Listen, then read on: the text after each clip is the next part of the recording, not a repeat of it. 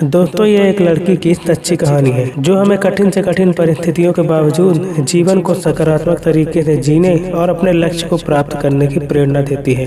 तो चलिए आपका ज़्यादा टाइम न लेते हुए इस वीडियो को शुरू करते हैं। दोस्तों, ये 25 सितंबर सन 2000 की बात है। तब मैरी कैलेप्टन महज 11 साल की थी। एक दिन वो अपने अंकल के साथ पानी लाने के लिए बाहर निकली हुई थी। तभी रास्ते में उन्हें 4-5 लोगों ने घेर लिया और उनके हाथ में धारदार हथियार थे। उन्होंने अंकल से जमीन पर झुक जाने के लिए कहा और उन्हें बेरहमी से मारने लगे। ये देखकर मैरी कैल सदमे में आ गई और वो उन लोगों को जानती थी क्योंकि वे उसके पड़ोसी थे। उसे लगा कि अब उसकी जान भी नहीं बचेगी और वो उनसे बचकर भागने लगी, पर वो छोटी थी और हत्यारे आसानी से उस तक पहुंच गए। वो चिल्लाने लगी, मुझे मत मारो, मुझ पर दया करो। पर उन दरिंदों ने उसकी एक न सुनी और उनमें से एक ने गले पर चाकू से वार किया। मैरी कैल जमीन पर गिरकर बेहोश हो गई। जब थोड़ी देर बाद उसे होश आया तो उसने देखा कि वहाँ खून ही खून था और वे लोग अभी भी वहाँ खड़े थे। इसलिए उसने बिना किसी हरकत के मरे होने का नाटक किया और जब वो लोग चले गए तब वो उठी और घर की ओर दौड़ने लगी। भागते भागते उसने देखा कि उसकी दोनों हथेलियाँ हाथ से जुड़ी लटक रही हैं। ये देख मैरी कैल और भी घबरा गई और रोते रोते भागती रही। जब वो अपने घर के करीब पहुंच गई तब अपनी माँ को आवाज दी। तभी माँ बाहर आई और अपनी बेटी की ये हालत देख भयभीत हो गई। उन्होंने बेटी को तुरंत एक कंबल में लपेटा और हॉस्पिटल ले गई।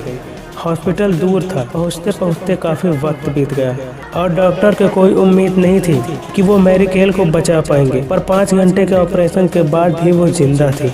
पर अफसोस डॉक्टर उसका हाथ नहीं बचा पाए और उसकी परेशानियां यही नहीं खत्म हुई। जब वे वापस गए तो उनका घर लूटकर जलाया जा चुका था। गरीब होने के कारण उनके पास हॉस्पिटल का बिल भरने के पैसे भी नहीं थे। पर दूर के एक रिश्तेदार आर्च बिशप एंटोनियो लेडेसमा की मदद से वे बिल भर पाए और अपराधियों को सजा भी दिलवा पाए।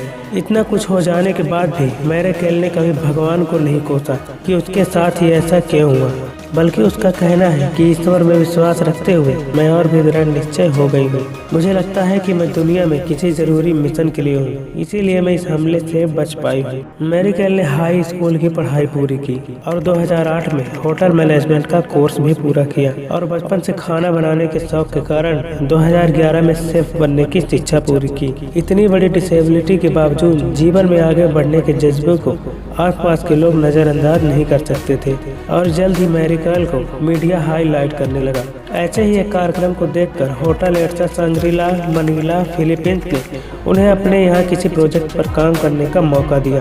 दोस्तों, मैरी कैल के साथ काम करने वाले शेफ अल्जामिल बोर्जा बताते हैं कि वो मदद के लिए सिर्फ तभी पुकारती हैं जब उन्हें कोई गर्म पात्र हटाना होता है या किसी शीशे का चिकना ढक्कन खोलना होता है। मैरी कैल आज भी उसी होटल में बतौर शेफ काम करती हैं और अपने जज्बे के दम पर लाखों करोड़ों लोगों को प्रेरित करती हैं। फ्रेंड्स, अक्सर हम अपनी लाइफ में आने वाली छोटी मोटी परेशानियों से घबरा जाते हैं और अपना विश्वास कमजोर कर बैठते हैं। पर आज की ये कहानी बताती है कि सिचुएशन कितनी ही खराब क्यों न हो, हम उसे बदल सकते हैं।